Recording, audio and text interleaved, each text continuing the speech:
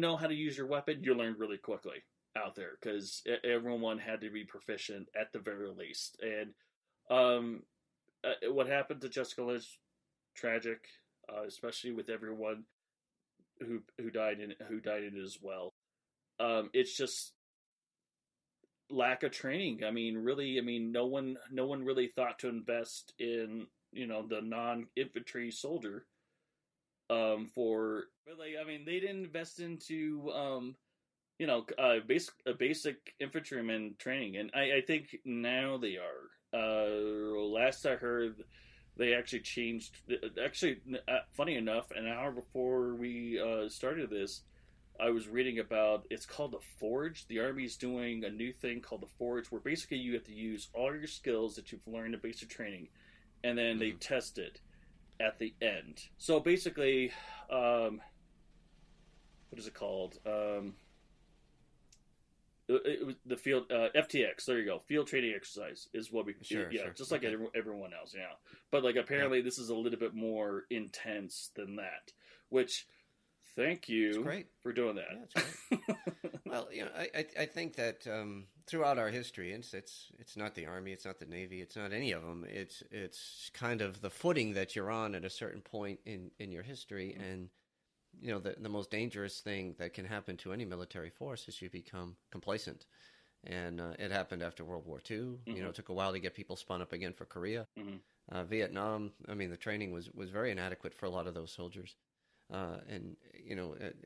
We had skirmishes here and there. You saw what happened in Beirut, with Marines not allowed to carry their weapons or their ammo in their weapons, right? And there's just a lot of doctrinal things that got a lot of people hurt. The good news is that it looks like those were lessons learned, albeit the hard way, where the mindset starts to change and the training becomes more robust. And I think that's the most important thing.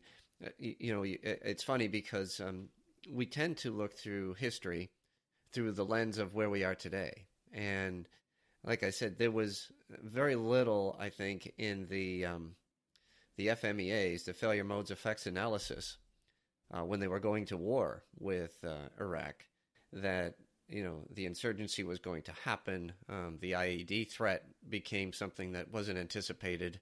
All kinds of things went down that they didn't plan for. And, I think the response, I have to give credit, was amazingly fast, but at quite a cost.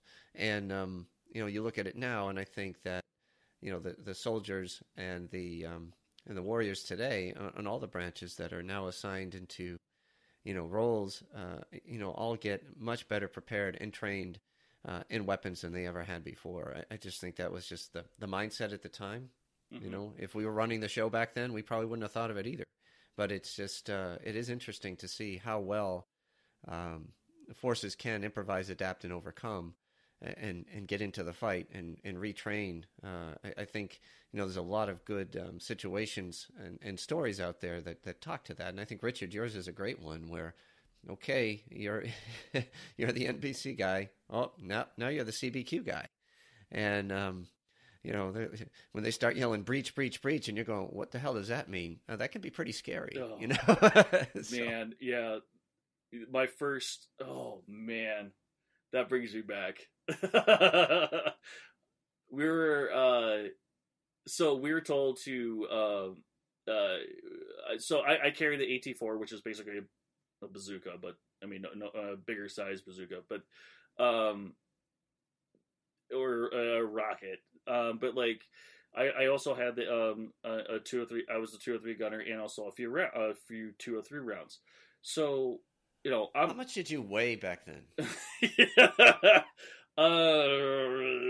So when I joined, I'm just gonna say, did the equipment outweigh you? Oh, That's a lot of gear to haul, man. That's a lot of gear to haul. Yeah. I was a tiny thing. I mean, for 5'11", and I was 135 when I joined, Jeez. And I was like 150 when I went to Iraq. So I wasn't that big.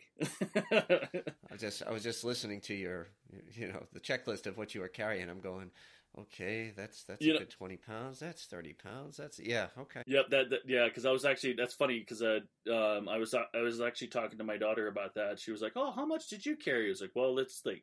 The helmet, the LCE, the two grenades that I was not allowed to use was one, but they told us never to use the grenade. And then on top of that, I had seven mags worth of ammunition on me. On top of that, a rain poncho, my 2 or 3 rounds, which wasn't that many. I mean, supplies were limited, so I think I had maybe 5 rounds total. And then on top of that, my rifle with the 203, and then the AT4. My actual first taste to combat was it was what was that city called? I think it was Dakuk. Was it Dakuk? Which means what? Chicken in Iraqi or Arabic. Anyway, Yeah, I don't know. anyways, it was the city of Dakuk, and basically that was my first taste into clearing buildings and all that. And I had zero training whatsoever. That was before the mock-up and everything. And Oh wow. yeah, that was fun. Thankfully, well, we didn't see anything. I mean, we had a few people that were like a little agitated and whatnot, but like, I mean, actually shooting at anyone, we had nothing. And a couple of other platoons did, and thankfully no one got hurt. But like, I mean, and then this, like I said, this was my first mission. So Cook was my first mission, and I can't even tell you how scared out of my mind I was that first day. It was like, oh my gosh, this is gonna happen. It's like, oh man, this is gonna hurt. And every time I, you know, and I'm not really a religious person.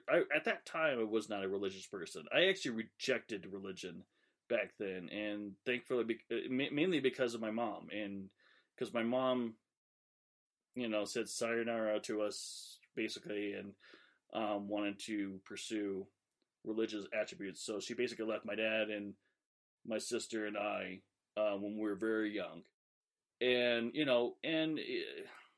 maybe it wasn't a good idea for my dad to say, "Hey, your mom left us because she wanted to do more religious stuff or whatever," but he did. So it turned me off to religion. But oh my gosh, whew, man, I was probably the most religious person you could possibly be right before you enter that door. And I couldn't even tell you how scared I was, because it was just, I mean, you didn't know what was on the other side. I mean, it was just, I can't even imagine, hands off to those people who do it as a career, infantry that is. But like, who, and even the Marine Corps. I mean, what the old adage is, what, rifleman first and then Marine or whatever your job is second is what I always hear from about the Marine Corps. And Okay. it's just, oh man, I can't even tell you how nerve-wracking that is. It's just wow. But like, yeah, like my first mission, like we were running. We had to basically get out the 5 ton, basically the truck, get out the 5 ton and run 100 meters in trash, like a field full of trash. So if a sniper wanted to take a shot at me, I would probably be the first target, besides the radio man in the CO.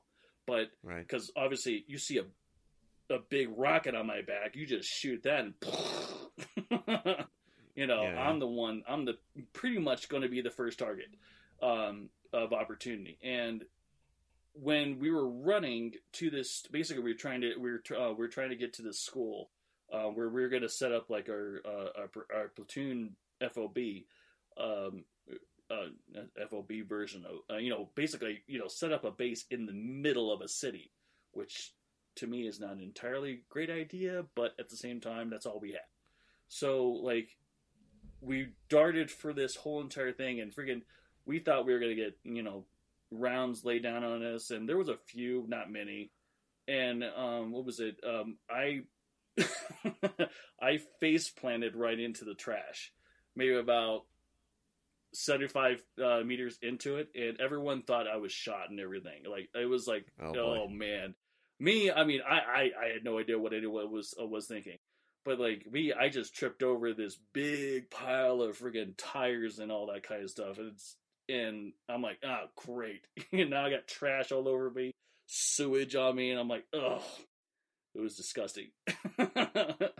But we eventually got there, and because as we were running, I got literally, I don't know who it was. Someone just yanked me up and basically dragged me the last 25 meters, and just, I got to the wall and I was fine. Everyone, everyone's checking me out, and everyone there was like, "Oh my gosh, I thought you got shot."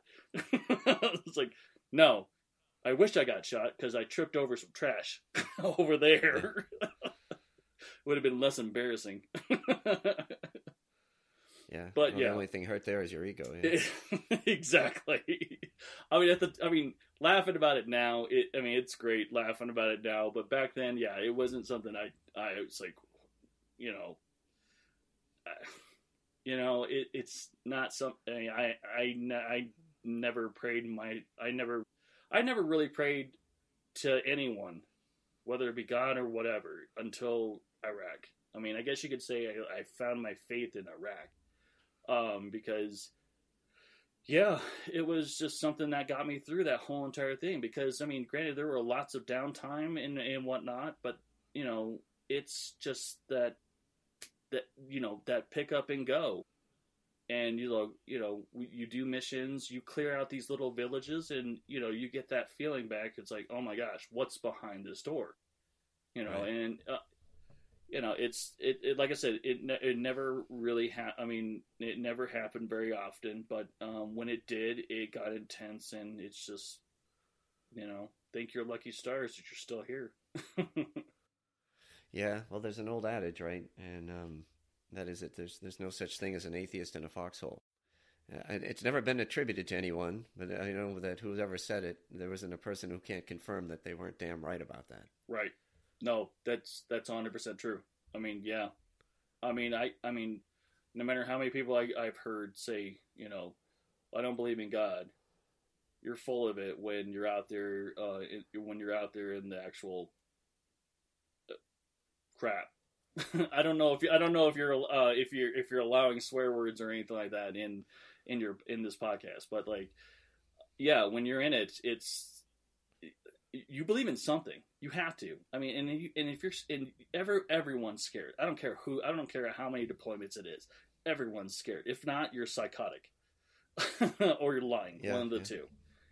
And but at the same time, it's just, you know, finding the courage to get through it is, I guess determines.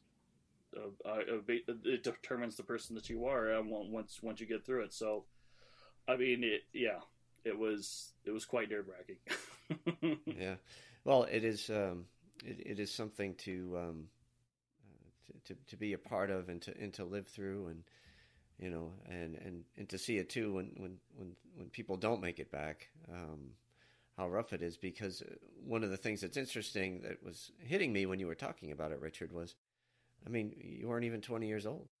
You're just a kid. Yep, I was You're just 20 years old. Yep.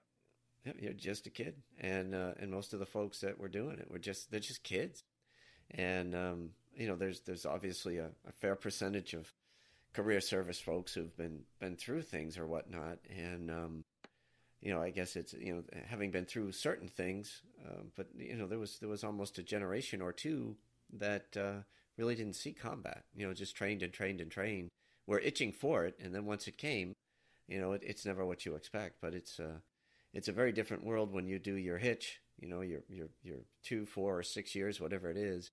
And, it's not uncommon to hear stories where people did, the majority of their time in a combat zone, in their enlistments, where I was 1984 when I enlisted. There wasn't a lot going on. It was the Cold War was definitely in full force, but there was the airline terrorists and things like that happening, but there wasn't a major campaign. Beirut was probably the biggest thing to happen then, and then we were messing around with Libyans and shooting down MiGs and Line of Death, and then you had Just Cause in Panama. Desert Storm was the first real big deployment where forces mobilized to a scale